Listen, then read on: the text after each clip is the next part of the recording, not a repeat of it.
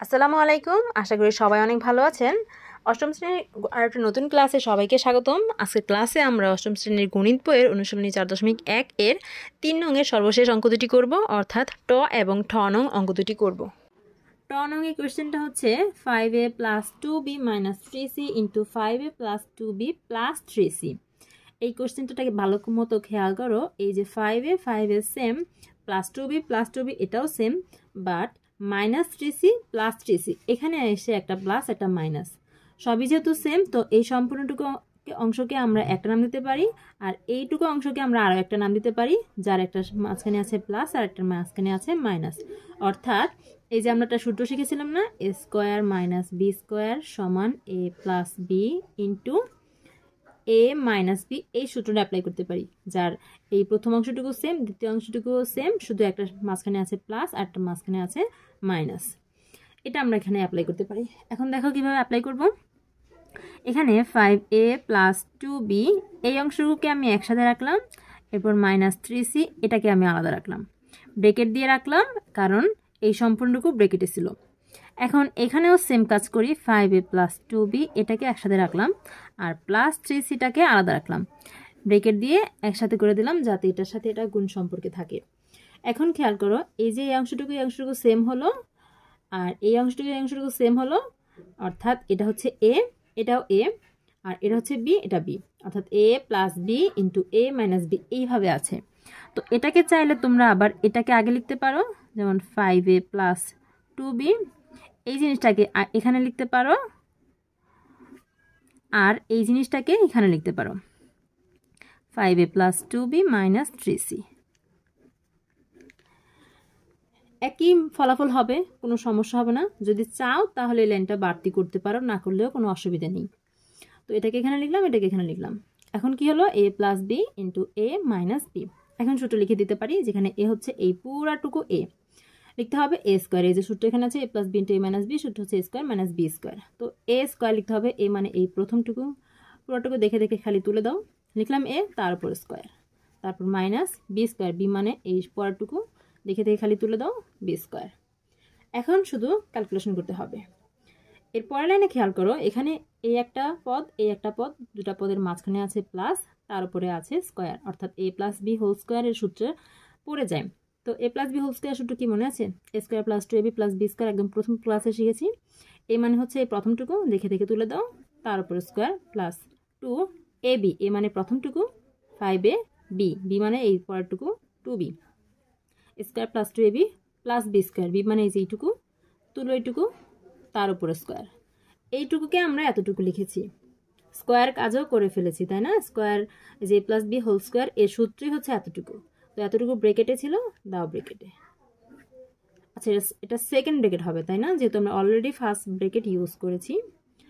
এখন -a² 3-এর উপরেও আছে, c এর উপরেও আছে। তো 3 এর উপরে স্কোয়ার মানে কি, এখানে একটু করে দেখাচ্ছি, 3² লেখো, 3 দুইবার লিখে গুণ করো, 3 3 9, 9, আর c এর উপরেও আছে স্কোয়ার। এখন এটুকু ক্যালকুলেশন করো, 5 এর উপরেও আছে স্কোয়ার, a এর উপরেও আছে স্কোয়ার। 5² মানে কি 5 × 10 না, 5² মানে কি 5 দুইবার লেখো, 5 × 5 লিখে গুণ করে দাও, 5 5 25, অর্থাৎ 25। তারপর আছে a², তারপর গুণ আছে কতটুকু দেখো, এই যে সম্পূর্ণ অংশটুকু গুণ আকারে আছে, গুণ করে একসাথে লিখতে হবে।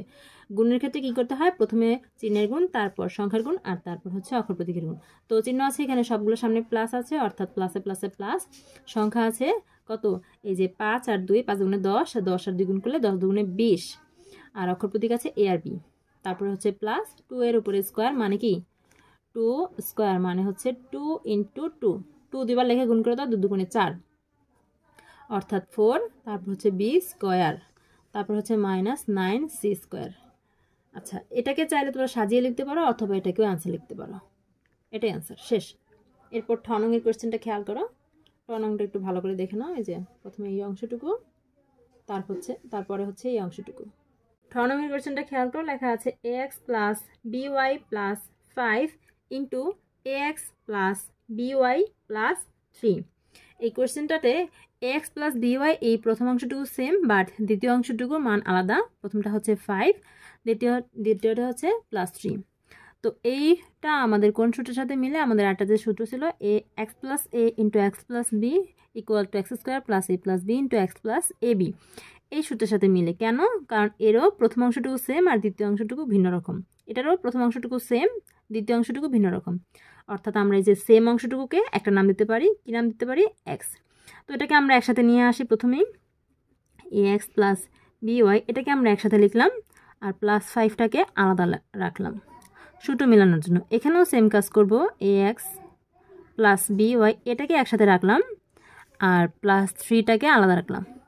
এই যে x plus a into X plus B মিলে যাচ্ছে এই সূত্রের সাথে। এখন শুধু সূত্রটা দেখে দেখে বসিয়ে দিব। কী লিখতে হবে? এক্স স্কোয়ার, এক্স মানে পুরোটুকু হচ্ছে এক্স, লেখা উপরটুকু দেখে দেখে ax প্লাস বি দেখে দেখে লিখেছি, তার square plus A B plus A plus B. আচ্ছা, এ মানে হচ্ছে 5, বি মানে হচ্ছে 3, A plus B, x square plus A plus B into x, x মানে হচ্ছে এইটুকু। লিখে দাও এইটুকু, দেখে দেখে শুধু লিখে দাও। দেখো এখানে কিন্তু দুটা পদ আছে, এই দুটা পদ পুরাটাই কিন্তু এক্স। এই পুরাটুকু আমাদের এইটুকুর সাথে গুণ আকারে রাখতে হবে। তো গুণ আকারে রাখতে গেলে আমাদের একটা ব্রেকেট দিতে হবে। কেন? কারণ এখানে দুটো পদ আছে, আমি যদি এই ব্রেকেটটা না দিই তাহলে কিন্তু এইটুকুর সাথে শুধু এইটুকু গুণ আকারে থাকে, আর প্লাস বি এটা আলাদা হয়ে যাচ্ছে। তো একসাথে গুণ আকারে রাখতে গেলে আমাদের ব্রেকেট দিতে হবে। গেল এতটুকু। তারপর হচ্ছে প্লাস এ বি, প্লাস এ মানে হচ্ছে 5, বি মানে হচ্ছে 3, গুণ করতে হবে দুটাকে, চাইলে ব্রেকেটও দিতে পারো বোঝার সুবিধার্থে। এখন এখানে আবার এই যে একটা পদ, এই যে একটা পদ মাঝখানে যোগ আছে আর তার উপরে স্কোয়ার আছে, তো এ প্লাস বি হোল স্কোয়ারের সূত্রে পড়ে যায়, যেখানে এ হচ্ছে প্রথমটুকু আর বি হচ্ছে দ্বিতীয়টুকু। লেখো A square, A plus B whole স্কোয়ারের সূত্রে কি মনে আছে? A square plus 2ab plus B square. এখন লিখতে হবে এ স্কোয়ার, এ মানে হচ্ছে প্রথমটুকু, লিখো প্রথমটুকু তার স্কোয়ার প্লাস 2ab, এ মানে প্রথমটুকু দেখে দেখে লিখো, বি মানে হচ্ছে দ্বিতীয়টুকু, 2ab plus B square, B মানে হচ্ছে দ্বিতীয়টুকু, বি লিখে তার স্কোয়ার। এতটুকুর কাজ করেছি এতটুকুতে। তারপর এই যে এই অংশটুকু আর এই অংশটুকু গুণ আকারে আছে, সুতরাং দেখে দেখে শুধু গুণ করে দিতে হবে, গুণ করে একসাথে আমাদের গুণফলটা লিখতে হবে, তাই না? আচ্ছা, এখন এই দেখো 5 আর 3 যোগ করলে কত হয়? 8 প্লাস 8, 8 কিন্তু এইটুকুর সাথে গুণ আকারে। তো এই গুণটা চাইলে তোমরা পরের লাইনেও করতে পারো, আবার একসাথে করে দিতে পারো, এক্স প্লাস বিওয়াই। আমি পরের লাইনে করবো তাই এখানে আর গুণটা করিনি। তারপর হচ্ছে প্লাস এই 3 5 15। এখন এই স্কোয়ারটা এই দুটোটার উপরে আছে, লিখে দাও। তারপর প্লাস এইটুকু গুণ আকারে আছে, গুণ করে লিখে দাও 2abxy, সাজিয়ে লিখলে abxy, তাই না? তারপর প্লাস এই স্কোয়ারটা দুটোটার উপরে আছে, বি এর উপরেও আছে, ওয়াই এর উপরেও আছে।